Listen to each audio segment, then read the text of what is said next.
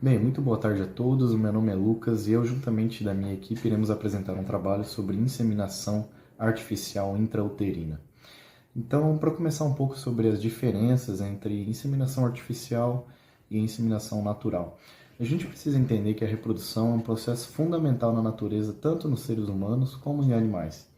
E por isso existem diferentes métodos para auxiliar no processo de fertilização.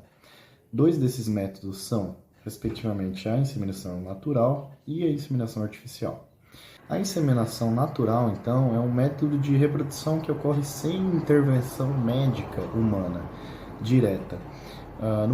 Nesse processo, então, de inseminação natural, o esperma do macho ele é transferido diretamente pela copulação no trato reprodutivo da fêmea, por meio das relações sexuais, né? Então, durante o ato sexual, o esperma ele é depositado na vagina da fêmea, seguindo então seu caminho natural através do colo do útero e até as tubas uterinas, onde ocorre de fato a fertilização do óvulo.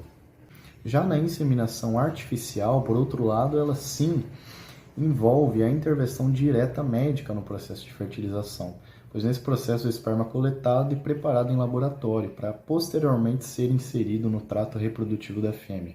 Então essas são diferenças importantes entre a inseminação artificial e a inseminação natural, de fato, né? Nesse sentido, então, temos diversos tipos de inseminação artificial.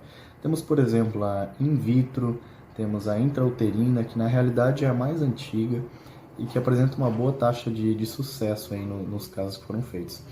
Então, qual que é a finalidade da inseminação artificial intrauterina?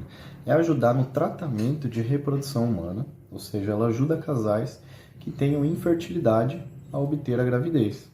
Então, por exemplo, homens que apresentam alterações no espermograma ou mulheres que apresentam uma alteração ovulatória, como síndrome do ovário policístico, podem se beneficiar muito desse tratamento. Vale lembrar que os ideais candidatos, a mulher necessita ter pelo menos uma das trompas abertas e o homem não pode ter uma alteração seminal muito significativa. A gente também pode falar que a inseminação artificial é bem válida no caso de mulheres lésbicas que não queiram ter a copulação por vias naturais. Isso possibilita essas pessoas também terem filhos, enfim. Primeiramente, a mulher precisa ir na avaliação de um ginecologista no primeiro ou segundo dia do ciclo menstrual. Então, vai ser realizado um exame de ultrassonografia transvaginal para verificar a espessura do endométrio. Se a mulher não apresenta algum cisto na região ovariana, também é uma coisa importante a ser observada.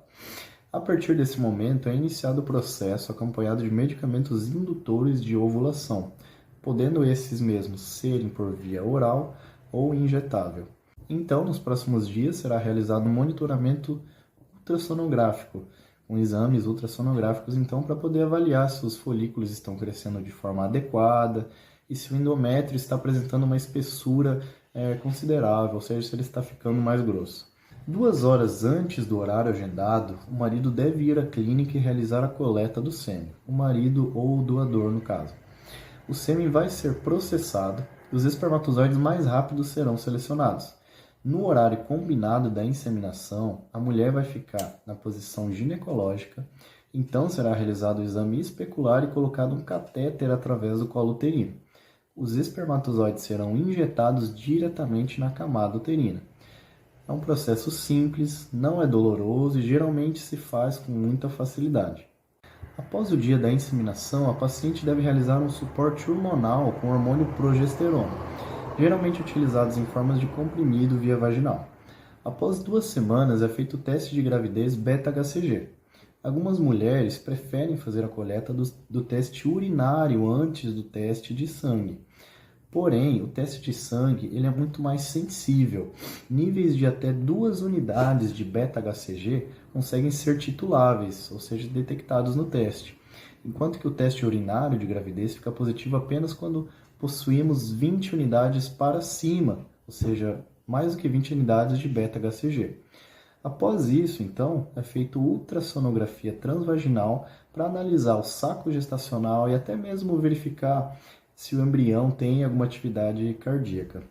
Então, o segmento pré-natal é realizado de forma normal, como se fosse uma gravidez espontânea.